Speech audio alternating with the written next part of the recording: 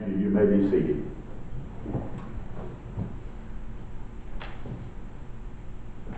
We are rapidly approaching the end of this year. And my, what a year it has been. We have witnessed probably the most contested presidential election in the history of our republic. We have seen a pandemic that has wreaked havoc like nothing any of us have ever witnessed. There has been economic distress unleashed like has not been evident since the Great Depression. There has been a devastating loss of life. Not just because of the pandemic, but because of related things such as depression and suicides. All around us, we can see people that are in distress. And we can see people that are hurting.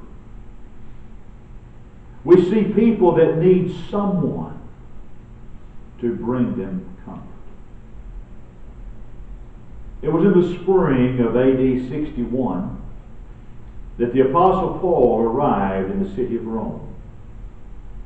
He'd been shipwrecked, and he arrived in Rome as a prisoner. Julius, the captain of the ship that Paul had traveled on, delivered him to the captain of the guard. And evidently when Julius delivered him, he spoke a good word in Paul's behalf. Paul was put under house arrest in Rome, in his own rented house. But nevertheless, he was a prisoner, though he had only one soldier to guard him. Though he's under house arrest, Paul had some great preaching opportunities in Rome. And he also wrote several letters that have been designated as the prison epistles. We've actually been studying one of those in our Sunday morning Bible class. We are looking at the letter to the church at Philippi. One of those letters was also written to the church at Colossae.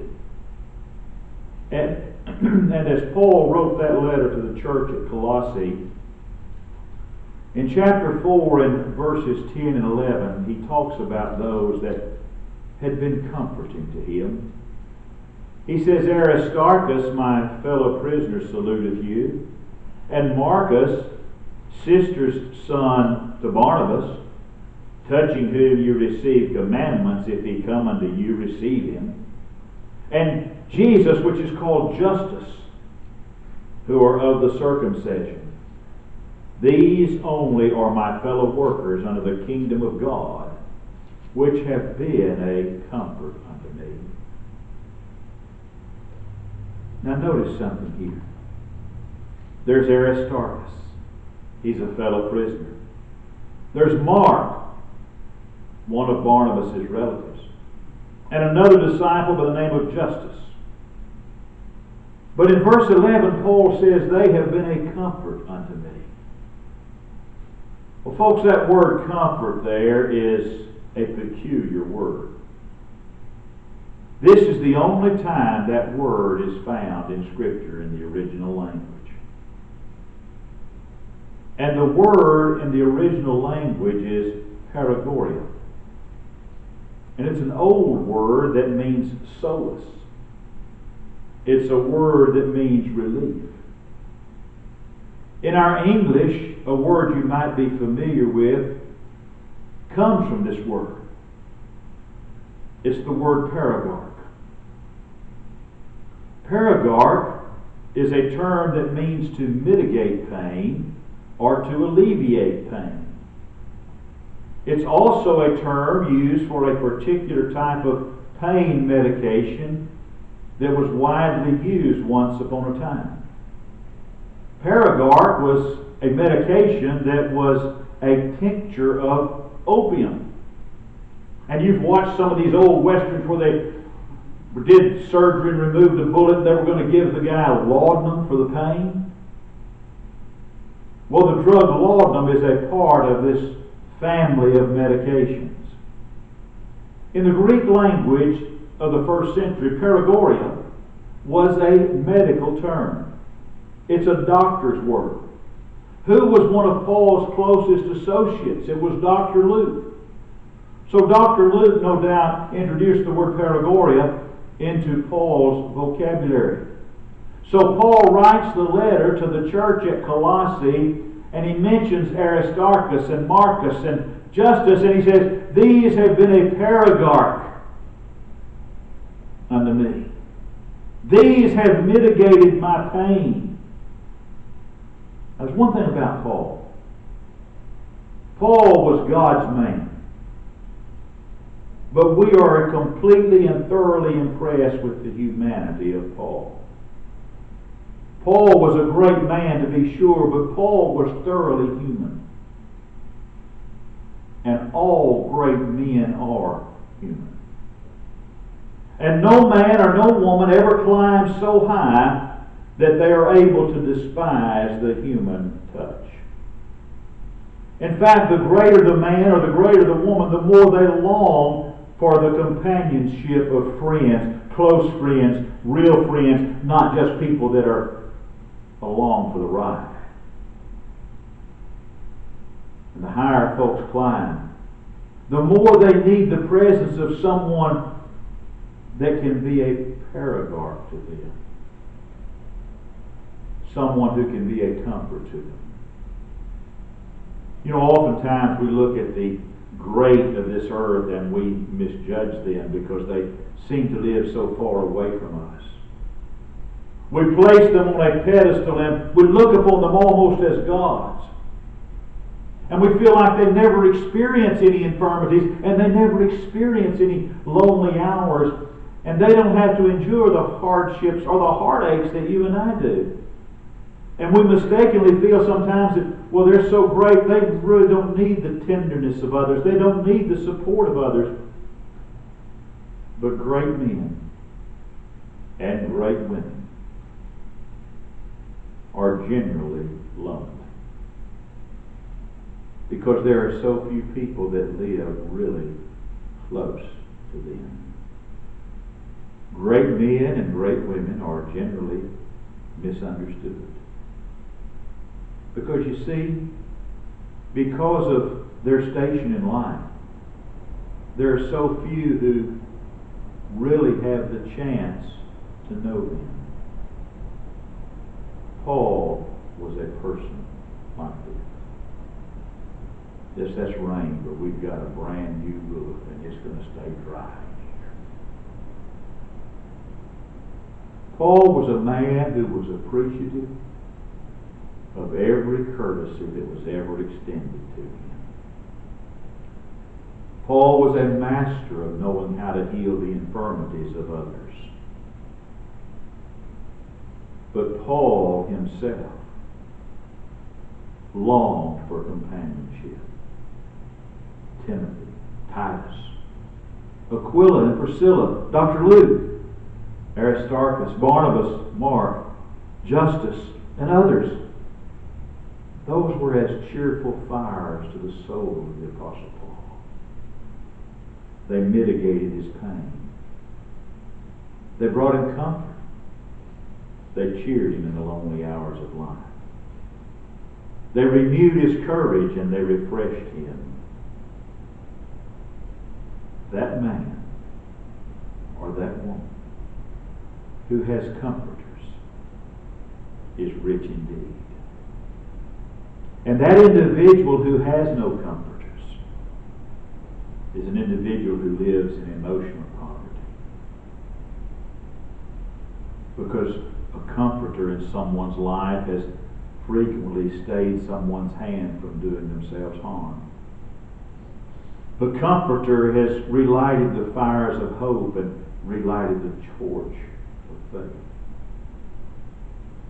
The comforter has chased sorrow from the heart just like the rays of the sun drive the clouds away. A comforter puts a song on lips that cannot sing, and opens the eyes that are blinded to see the hope and possibilities ahead. The comforters, those are the folks we want to remember. Those are our friends in time of need. And fond memory often brings them before us as a procession of those we've known in days past and gone. People that give a charm to places long since forgotten. People who make sacred the localities where they live. People whose memory tugs at our very heartstrings. Memory of comforters we've known in our lives gives us the desire to go back and perhaps dwell again in the charmed places where they dwelled. You see, it's not merely the hills and the valleys and the trees and the singing brook that make a place or a spot sacred. It's the association there. The association with folks we've known. The association with folks we've loved. The association with folks that are near and dear to us. That creates a desire to go back sometimes. You know, there are folks we can think of this morning who need comfort.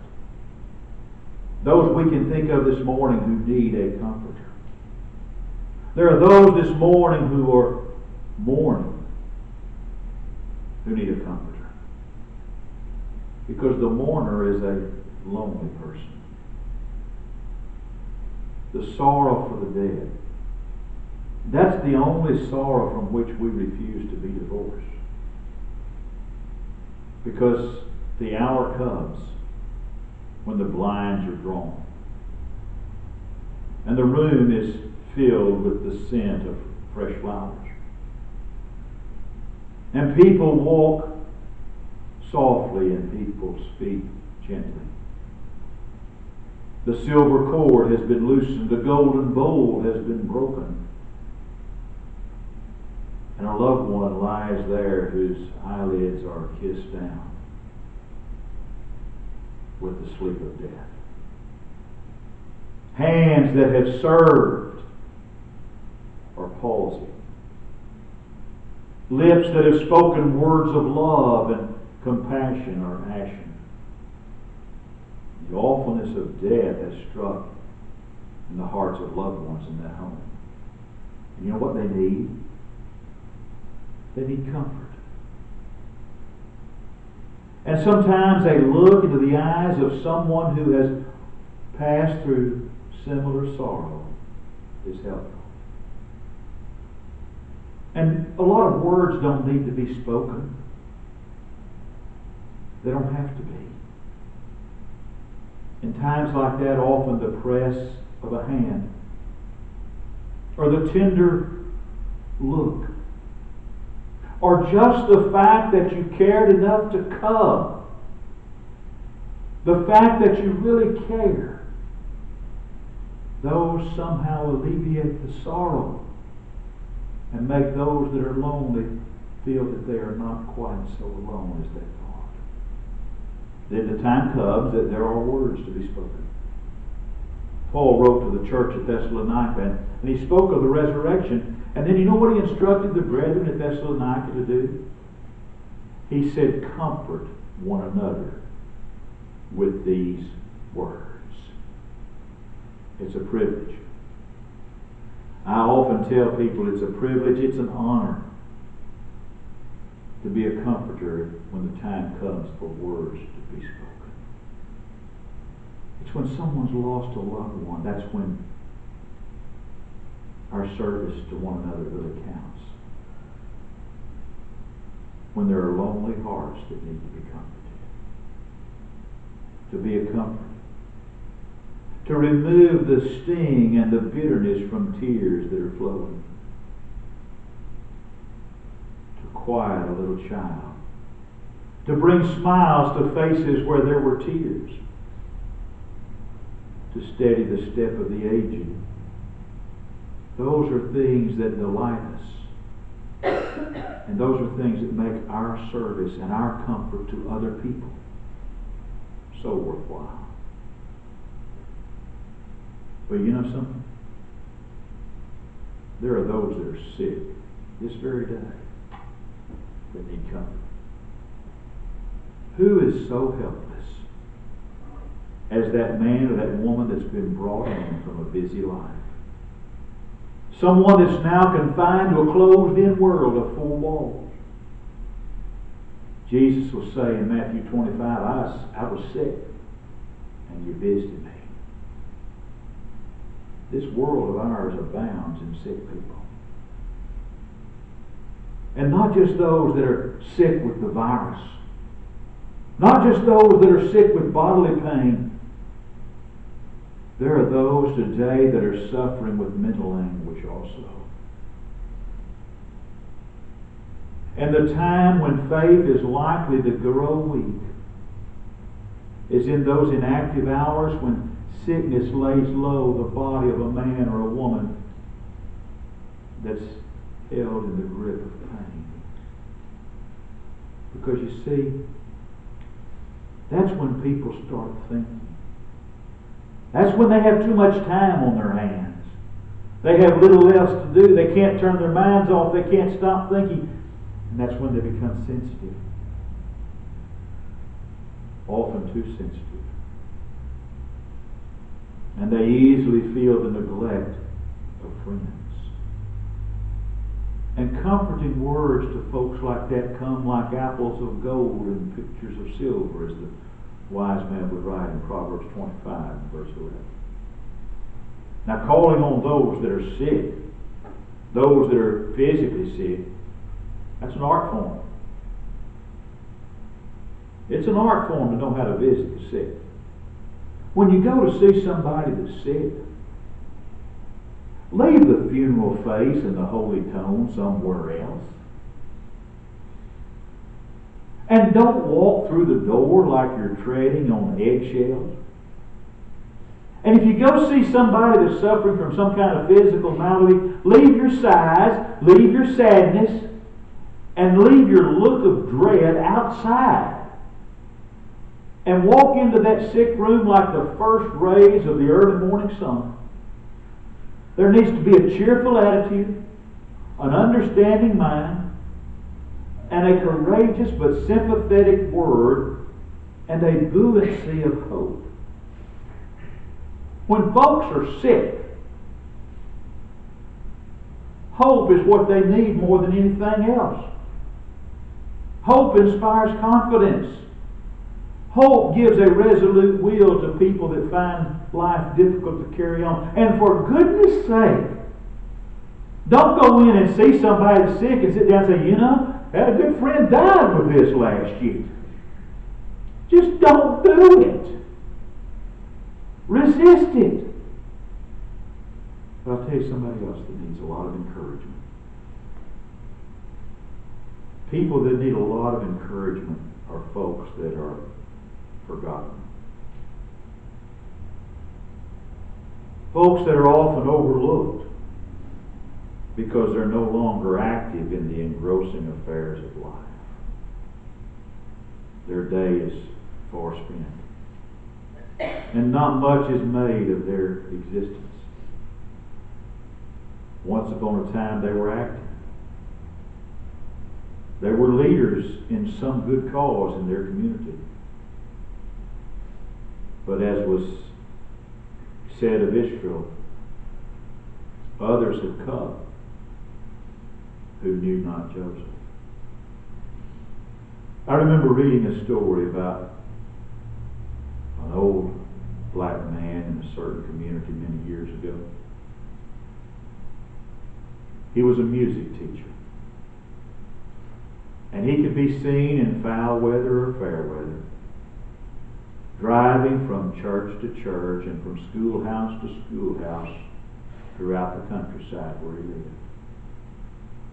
And young people would congregate. He would unroll his charts and he would teach them to sing. And the community where he lived was largely a singing community. And it was a singing community because this man with black skin and white curly hair and a musical voice gave his life in rich, altruistic service. But guess what?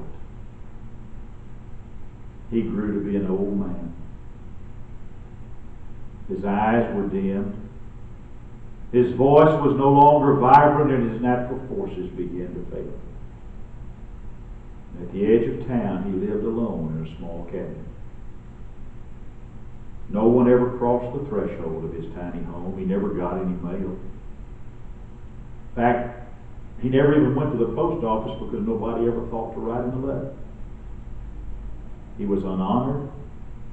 He was unsung, virtually unknown, and living his lonely life. There was a young girl from the community who went off to college. And at college, she was lonely. And she was homesick. And she thought of all the people she knew in the small town where she'd grown up. And among those that came to mind was the old music teacher. She bought a postcard that had a picture of the college campus on it and wrote him a note. The note simply said, "Dear Uncle Allison, this is the place where I go to college." She signed the card and put it in the mail. The card stayed at general delivery in the post office for several days because the old man didn't have a mailbox and never called for his mail.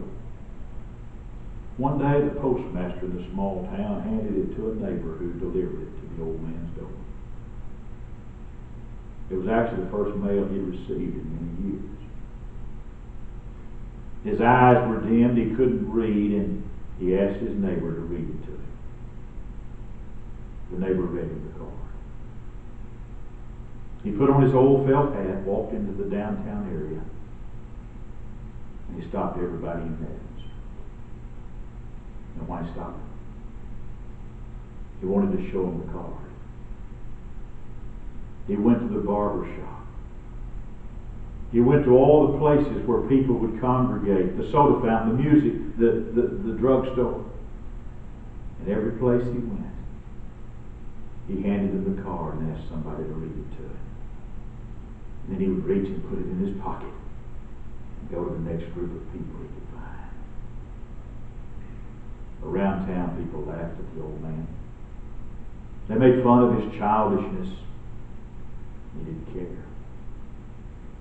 Because he was lonely. And he needed a comforter. And that young lonely girl off in college became his comforter. One morning, they missed the old man from the streets. They looked and the smoke was not curling from the chimney of his house at the edge of town.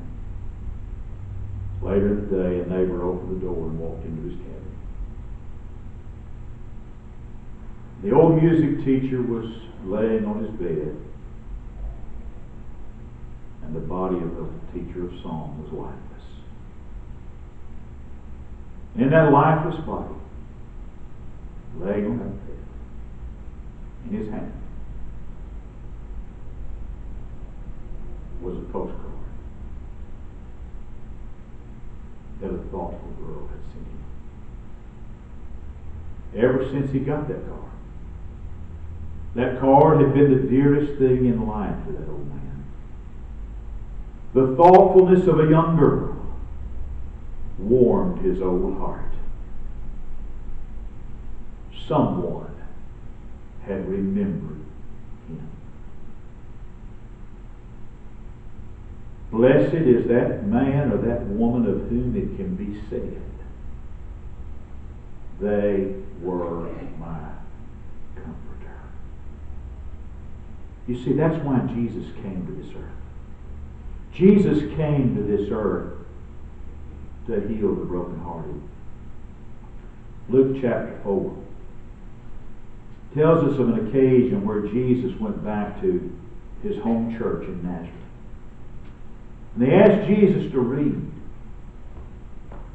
And Jesus read that day from Isaiah chapter 61 and verses 1 and 2. The Spirit of the Lord is upon me, because the Lord hath appointed me to preach good tidings unto the meek. He sent me to bind up the brokenhearted, to proclaim liberty to the captives, and the opening of the prison to them that are bound.